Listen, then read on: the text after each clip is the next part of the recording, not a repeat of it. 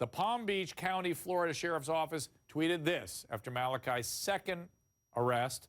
Quote, just because you saw a season of Grey's Anatomy doesn't mean you can practice medicine. Or as I like to say, your Google search is not the same as my medical degree. It's just not the same thing. Yeah, I don't know. We also have some tape of his business partner here where he was sort of befuddled. And if you'd please advance, thank you. After he was arrested for opening a fake medical practice, I want to show you this interview with his befuddled former business partner. Take a look.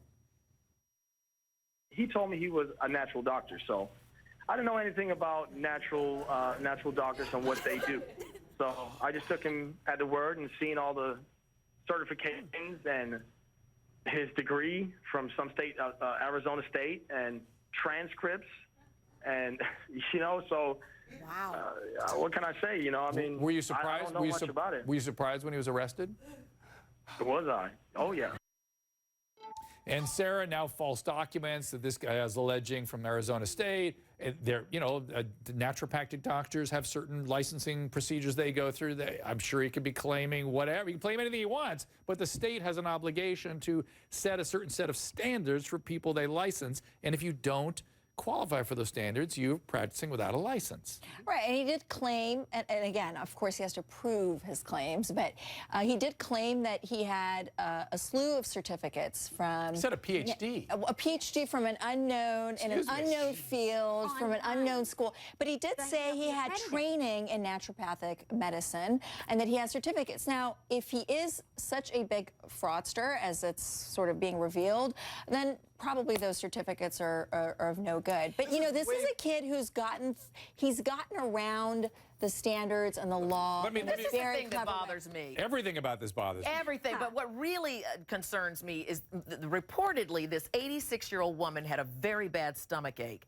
She went online, found this guy, and started being treated by him. He reportedly gave her a vitamin, which did nothing for her stomach ache, as he's writing checks to pay for his car on her bank account. Yeah, this is way more than him being a fraudster. Like, this is very serious. What if someone went in and had cancer or something, and he gives her a bill of health and says, you're fine? Well, by the way, 87-year-old abdominal pain is a very, very serious situation. It's a medical situation that can imply many different very serious problems. It requires a rather extensive workup.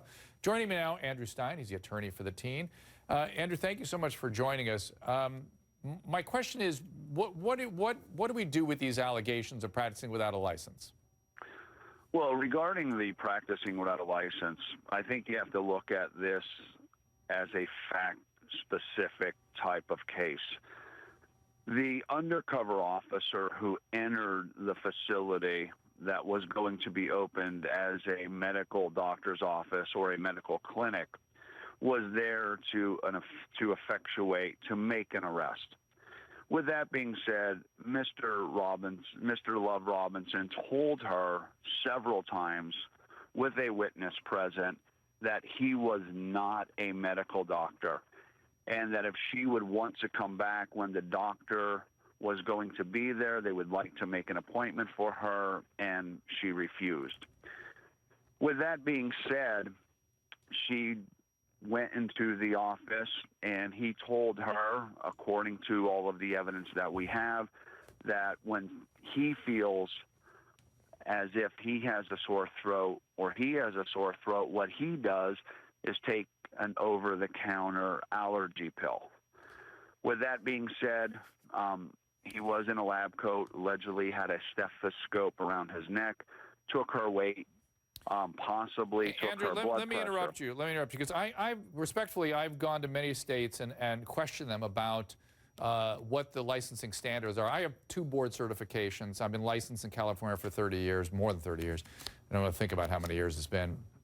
And a couple times I've been asked to go to other states and do things. And I've contacted the state's licensing boards in Texas and Florida. My question was, to what extent can I come to your state and interact with people and not be in trouble? And every state I've questioned said the following thing: wait, you're coming to our state, you're talking to somebody, and based on the words that come out of your mouth, they're doing something, you're practicing medicine without a license. Wow. And that's somebody who's board certified in 2 different boards. Now, they don't want me there. So I can just imagine what they're going to feel about this kid.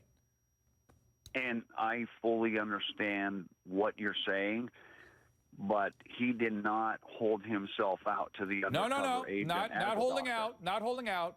You're coming to our state, you say something, they do something, you're practicing medicine without a license. Period, end of story.